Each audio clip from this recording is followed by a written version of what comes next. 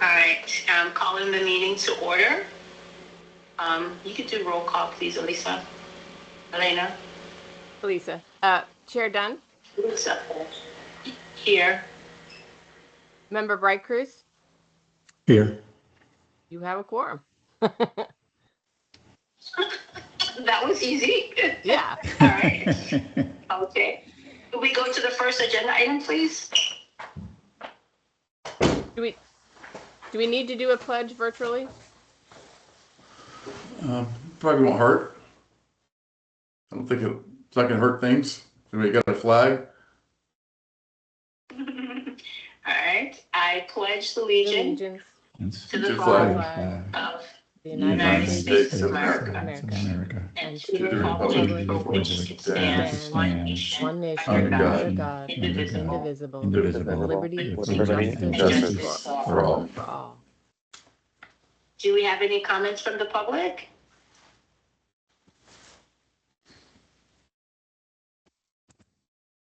Does anyone online want to speak and give public comment? Good morning, Richard Ramcharitar. I just wanted to say it's nice to see everyone again, and we've had some presentations in Broward County. I presented at the Broward Sierra Club general meeting on the 9th, and that went pretty well. We were educating the audience on zero waste strategies, and I thought that it went pretty well with that. And we've also had some meetings here in Southwest Ranches with regards to Southwest Ranches zero waste plan that's being developed right now. We had a online town hall meeting last night. The mayor, Steve Brightcruz, was participating in it. And I have to say that thankfully for his leadership, Southwest Ranches is leading the way in zero waste in Broward County and South Florida. Thank you. Yeah. Anyone else? Public comment?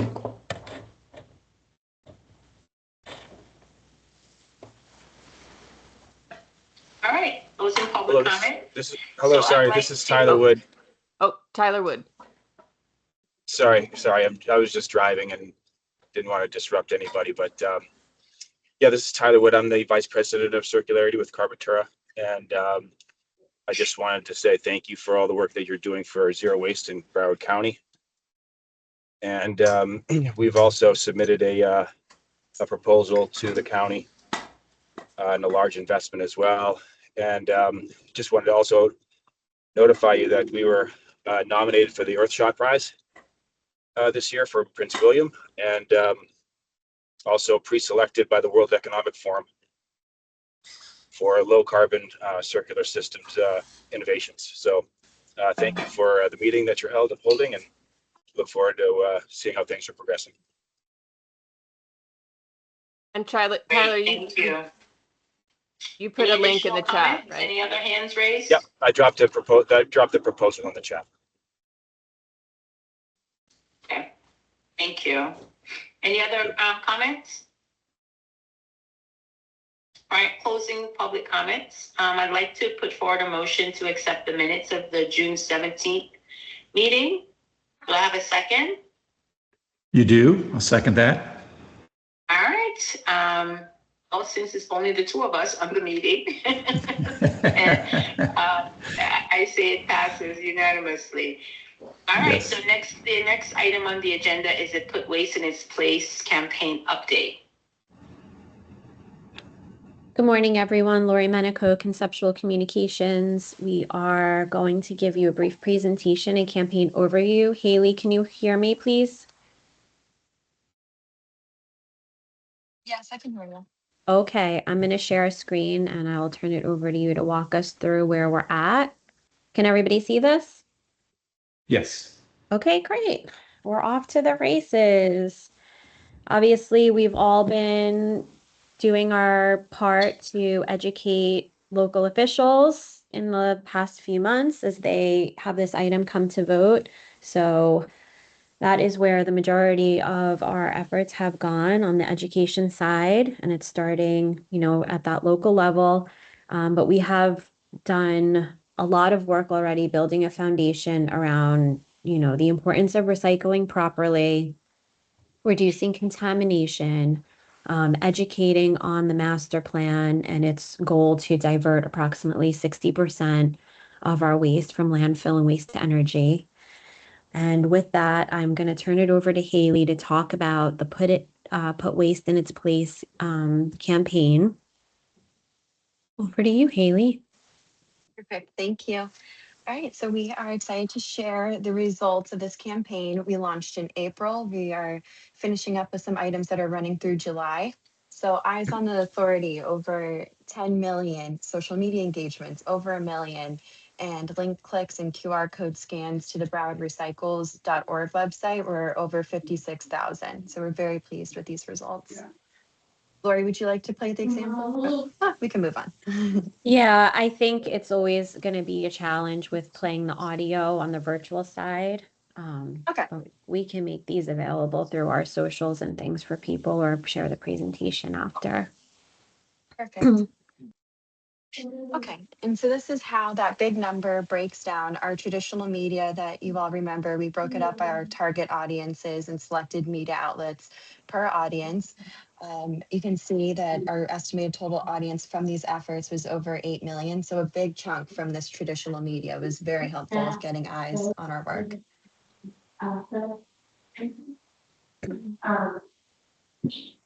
Elisa, do you want to mute everyone but Haley and I?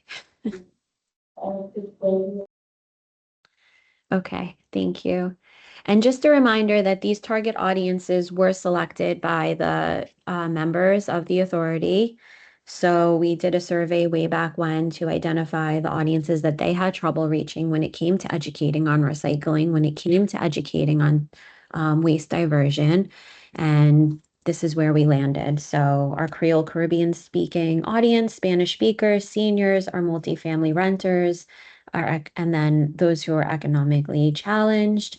And then, of course, we did some just to general population. And that's that bucket that you see there. Yes.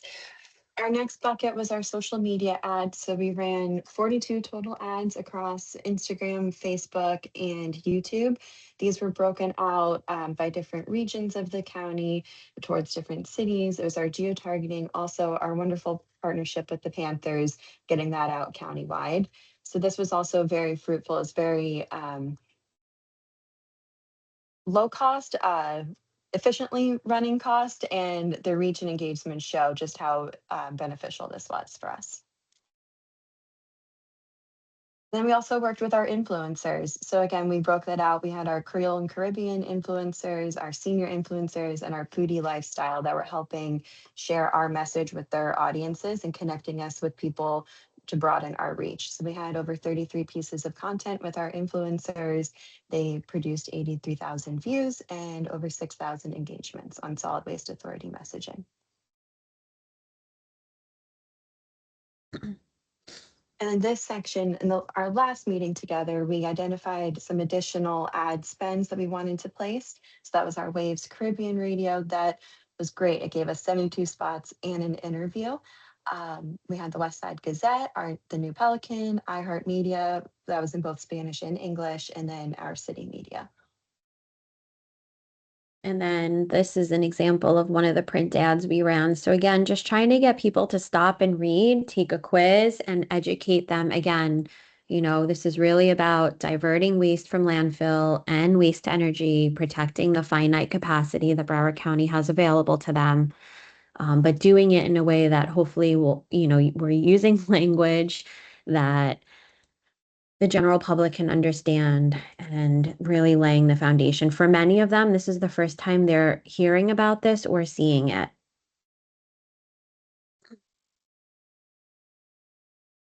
We're also really, go ahead. No, go ahead. Okay, I was just saying we're also very grateful for our community supporters who are making headlines with their op-eds. We had our students, our League of Women Voters, Sierra Club, and I can't see the last one, but we are very grateful for, Climate reality. yes, thank you. And so these were placed in the Sun Sentinel and the New Pelican to again share this message. And again, these groups took it upon themselves to do this. I think Linda Thompson Gonzalez, hers came out first, and then the trio, Stephanie, Julie Long, and Susan jointly penned that one. And then they let us know that they heard the students were also working on an editorial piece. And again, a lot of these students chose to take their own time, show up and speak at these commission meetings. Later on in our agenda, we're going to talk about where we're at with the partnership we have with Broward County Public Schools. But many of the schools already have environmental clubs. And obviously, we have the recycling curriculum kicking back in for this new school year. So really good things on that front. And the students have just been so supportive of these efforts. All right, so next we'd like to briefly update on the pledge campaign that's on browardrecycles.org. We have over 1,000 pledges, and our top 3 cities, Plantation, Hollywood, Fort Lauderdale. Next slide. And this is it broken out by city and pledge numbers. We also have up to 700 emails. So people who have opted in, who want to keep getting the messaging, want to be kept up to date with what the authority is working on. And we are continuing to retarget these contacts ahead of their city votes. I can talk about next steps. So in August, as you all requested in your last meeting, there'll be a member of the Broward County Public Schools to talk to you. And this is a virtual meeting, which works for them. So I'm glad we're doing that. They'll talk about the timeline for the rollout of the curriculum for the 2026-2027 school year. We have our direct mail campaign. We'll be talking about that then, because then we'll know if we've hit our threshold and if we should activate that. But we're gathering numbers in advance of that meeting and presenting those targets back to you. Again, we're recommending we start with the hard to reach audiences that the 28 members identified. But that will be your decision of where we spend those dollars for this year. And they have to be spent before September 30. And then earned media celebrating yes. We're holding on this obviously until we get to yes, but as we're quickly approaching that 80% threshold, where we know that media has been following up, and I have Amy on the call here, but I know they're anxious to get an update. So as soon as we have that 80% locked in, we'll definitely be updating all of them and do an earned media component piece there. And then later in our agenda, I thought we could just start talking about the 2027 budget, because I'd like, usually that gets approved at the September executive meeting governing board. So hopefully we can review that as a committee in August. Okay, back to you, Haley. She's going to take you through, this is our July meeting. So we're reporting on April through June quarterly report now. Go ahead. Thank you. Yes, so big numbers this quarter to be expected, of course, with all of this big push that we've been doing. So total reach across all efforts over 36 million. Our added value, which again, this is the cost of Amy, perhaps you could explain it better than I could. Sure. It's the total publicity value. So earned media, if you were to advertise, is at its core Thank you. kind of what it is. Yeah. Thank you. All right, so over 43 placements. Again, that big audience number, our reach across our social media channels, over 3 million. We've had over 4,000 web users this month. And then our community outreach, this is the outreach that we're going to each of the cities, and we're having a presence at their events. It was over 6,000 and over 1,000 email opens.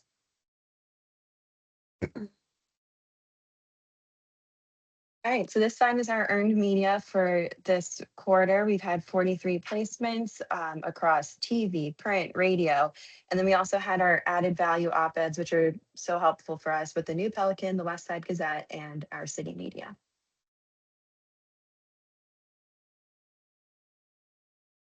Then we just wanted to briefly highlight social, and again, we are really growing social. It had a big boom for us this quarter, big reach numbers, big video views, big engagements. And this is really with all of the media that we're capturing, the influencers that we're working with, we're getting a lot of eyes on the Solid Waste Authority social this quarter. And it shows because we have big gains. So from Q2 or Q3 versus Q2, you can see how big the percentage increase was of our visibility, the video views, engagements, and also the amount of content that we've been pumping out this quarter has been very instrumental in raising all these numbers.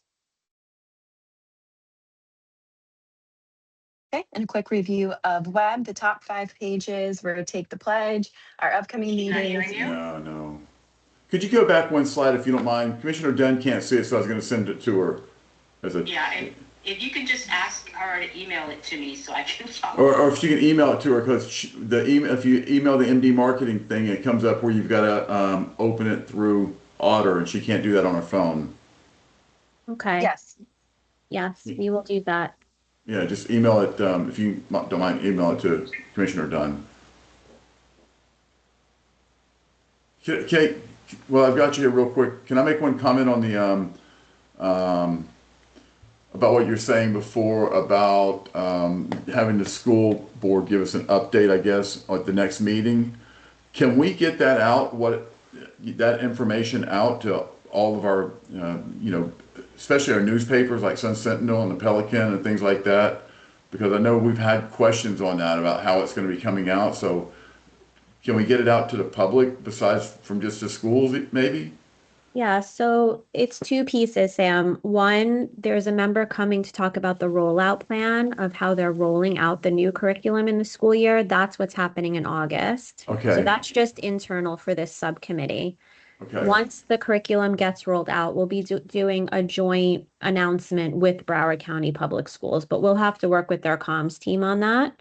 Okay. But that is part of the plan for the new fiscal year budget. Do you know when they're going to be coming out with that? I mean, when they're going to actually start teaching the curriculum in the schools? So that's the update that this subcommittee requested for August. The schools are obviously on break right now, but a member of the Broward County schools will come to this August 12th meeting and provide that timeline. Okay. Very good. Yep. Thank you. Back to you, Haley. Great. So top 5 pages on the web. This is great. Again, we're pushing our Getting to Yes and our Take the Pledge. So our top 5 pages were Take the Pledge, upcoming meetings, the Broward Recycles homepage, the master plan, and the voting schedule. Briefly, this is the list of the community events that the Solid Waste Authority had a presence at: Sunrise, North Lauderdale, Coral Springs, Wilton Manors, Lauderdale Lakes, Lauderhill, Weston, and Lauderdale Lakes conversation with the commissioners. So these events got us over 6,000 people that we were in front of, and we are still locking down some more. All right, fiscal year to date. Big numbers, total reach 38.3 million. The added value, like we spoke about previously, over $1 million. And again, big reach on social, big numbers on web visits, our community outreach, 28,000, email opens, 2,000.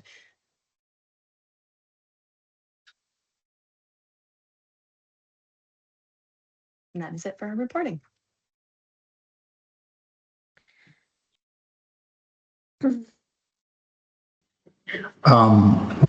Chair Dunn, if I can just jump in there for a second. I just want to say that it's very impressive. The results are fantastic, and the reach and it's showing because I'm hearing more from my residents. I'm hearing more when I go out and speak to my peers.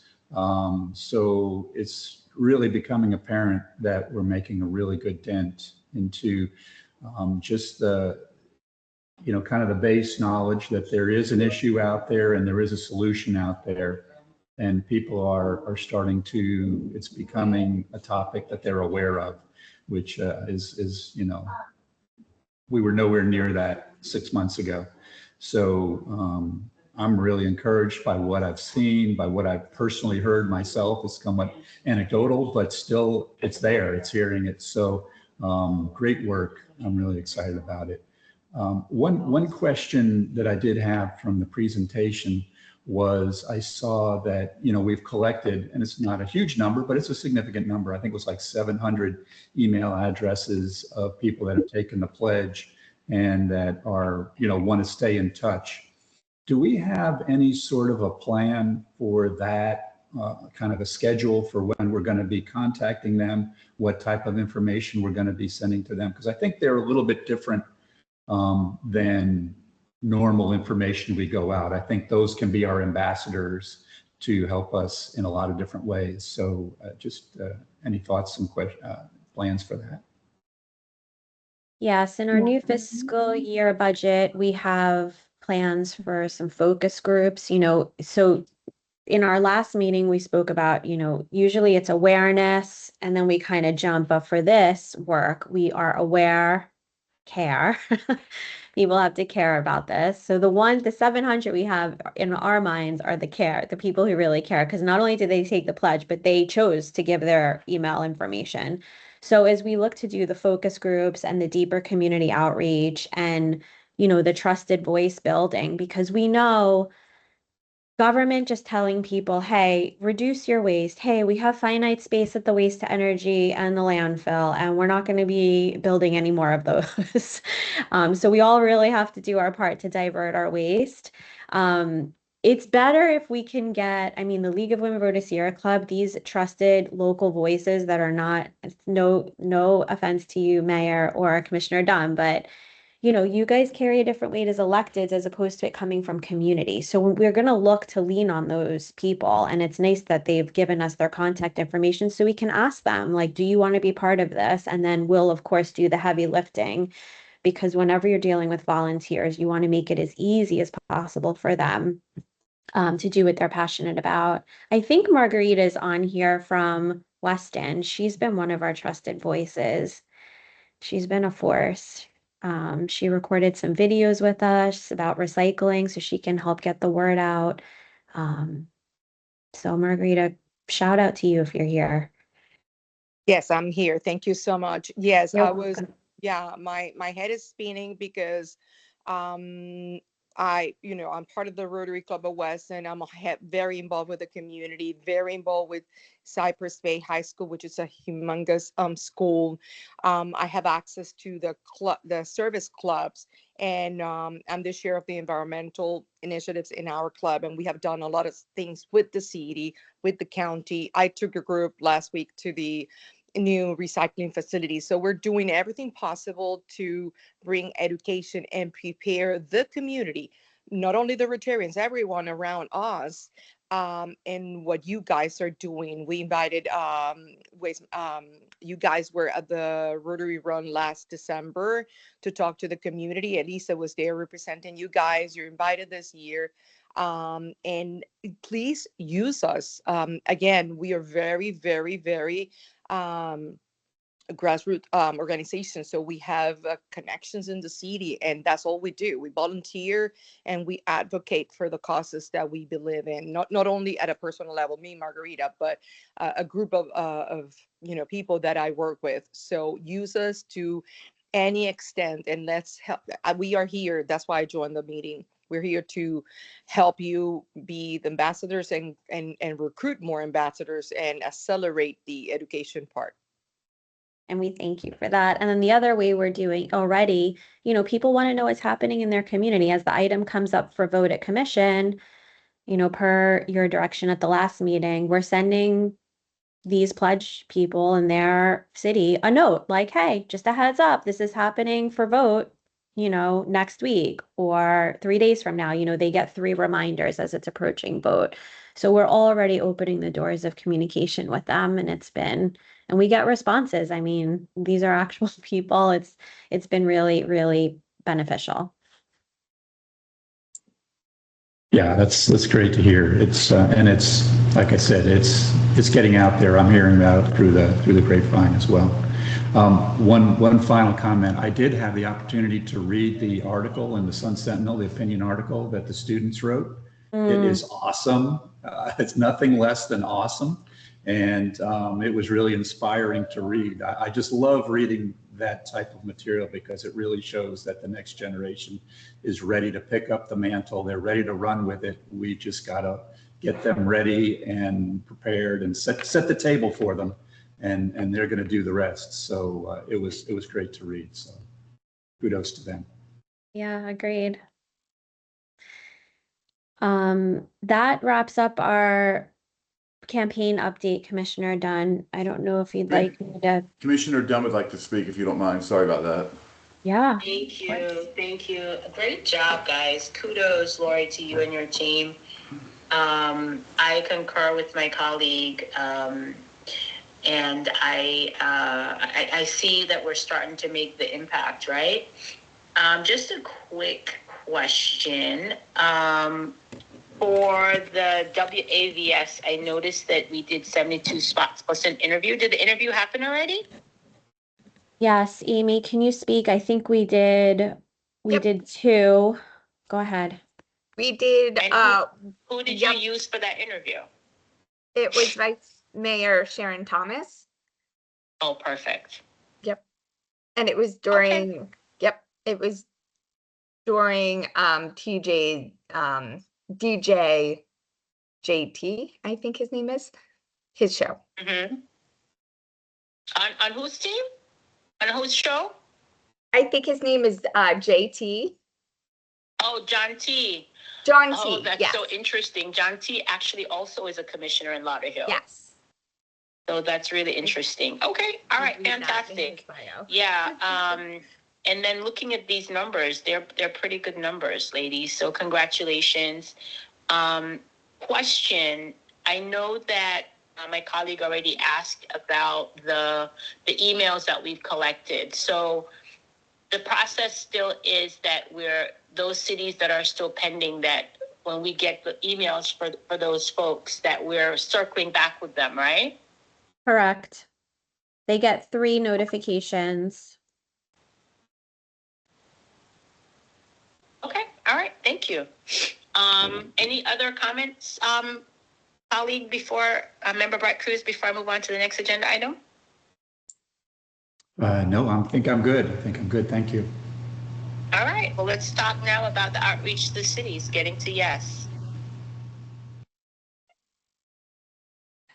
So our team's been supporting, Sam emailed a slew of supplemental information prior to the Fort Lauderdale meeting. We put together some key media pieces. We chose like the top 2. We put together an audio. So if you haven't heard it, it's a 5-minute overview on the authority. But what we're really laying the blocks for, and this is again, part of our budget discussion, take a temperature from you and Mayor Bright Cruz. We'd love to start a podcast for the authority where people can just listen as they're emptying the dishwasher, get more educated. It's just like a great way in today's day and age to get information out there. It's definitely a tool we believe we should have in our toolbox. So that would essentially be like the first episode. It's not in a host format, it's just straight audio, but it can certainly live there as an overview. So from terms of public education, we have the public side, but then we also have had educating just commissioners that haven't been along for the ride this whole time that are now that are going to vote on this, making sure that they have the information they need to vote, so that they're educated. So those are the efforts that the education outreach has supported. And as Sam mentioned earlier on the call, we have 24 yeses and a handful still remaining, but all are scheduled and we'll see. Okay. How far are we away from that 80%, Sam? We only have a few more cities to go that will hit the 80%. We should be reached. As far as the exact percentage, I'm not exactly sure where we are right now. I'll tell you and just give me 5 minutes and I'll let you know. Okay. All right. Great. Fantastic. Got to figure out what's happening with the Wi-Fi. Okay. Fantastic. All right. Anything else on the getting to yes? Member Bright Cruz, any additional questions or thoughts on that item? No, I think we're good. Thank you. All right. So you mentioned, Lori, that there are additional details on the partnership with Broward County. public schools that you want to share? Yes, so as part of your backup, you've received a list of all of the schools. I think you had requested that, member Dunn, in the last meeting to just have a list so that perhaps as we move forward after yes, we can start aligning the schools that do have the environmental clubs already in the activations. This is separate from the recycling curriculum piece, so that the appropriate governing board member could interact, engage with any activities that they have going on. So that list has been provided. They'll do another list in the new school year because more schools are looking to come online with those environmental opportunities. And then in your August 12th meeting, somebody from Broward Public Schools, perhaps Lisa and Summer, who were kind of the two staff heads of this work, are going to come to you and they're going to give you an update of how they're going to roll out the curriculum in the new year. And then in September, there will be another person at the executive committee meeting who will present the curriculum so that the whole committee can review it and see it and understand it.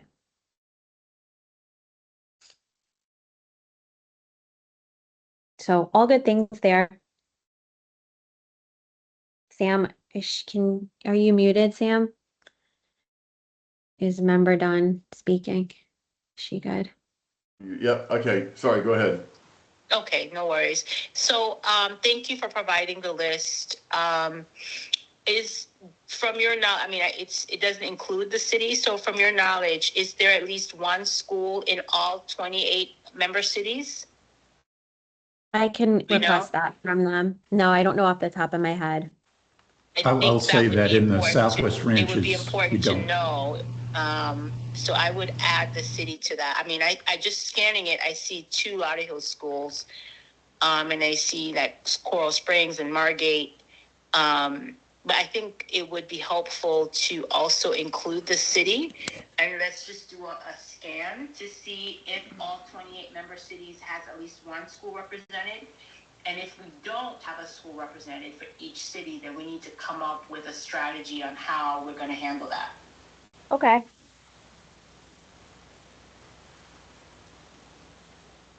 Any further comments on this item, Member Brightcurse?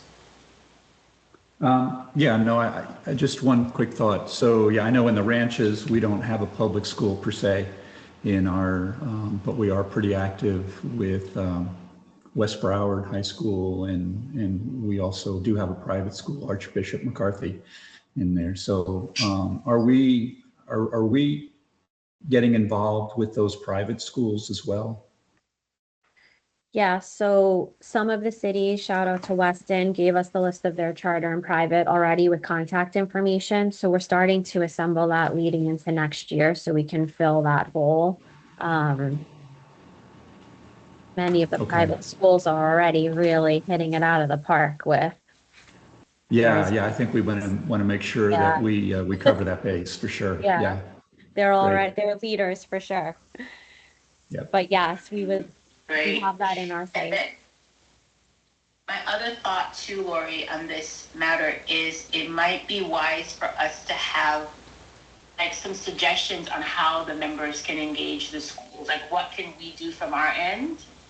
And so I think we should be prepared for that, you know? So even if it's 1 or 2 things, how can we engage with this process? Because part of the lesson learned from this getting to yes is to create as many opportunities to engage the governing board as possible so that they feel ownership in this effort.